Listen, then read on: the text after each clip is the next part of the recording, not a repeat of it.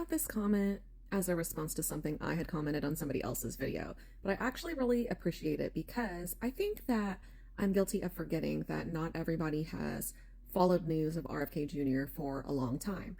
Somehow he came across my radar about 2 decades ago. It was somewhere around 2005-ish. I was finishing up my undergrad in biology, or it might have been shortly after I finished it, somewhere around the same time that he wrote that article in Salon that was also published in Rolling Stone that later got retracted.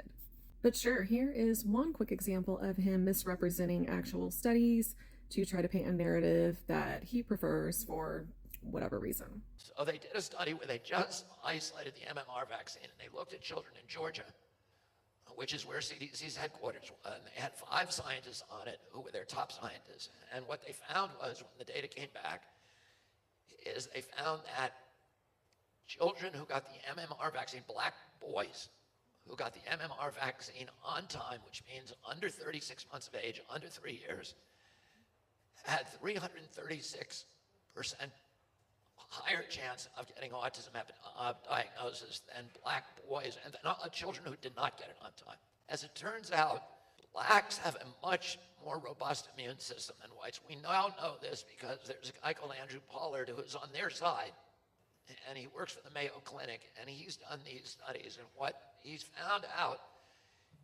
is that blacks only need half of the antigen that whites do. So if you're trying to immunize black from measles, if you're trying to immunize a white person, you need to give a certain amount of the measles virus to them, the dead virus or the live virus.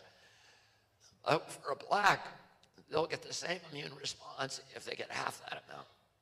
So yeah, I mean, that's just one example of many.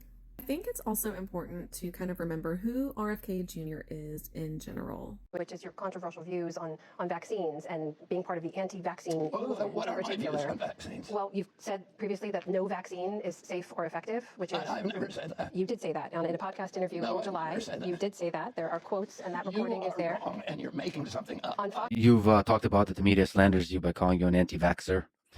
And you've said that you're not anti-vaccine, you're pro-safe vaccine.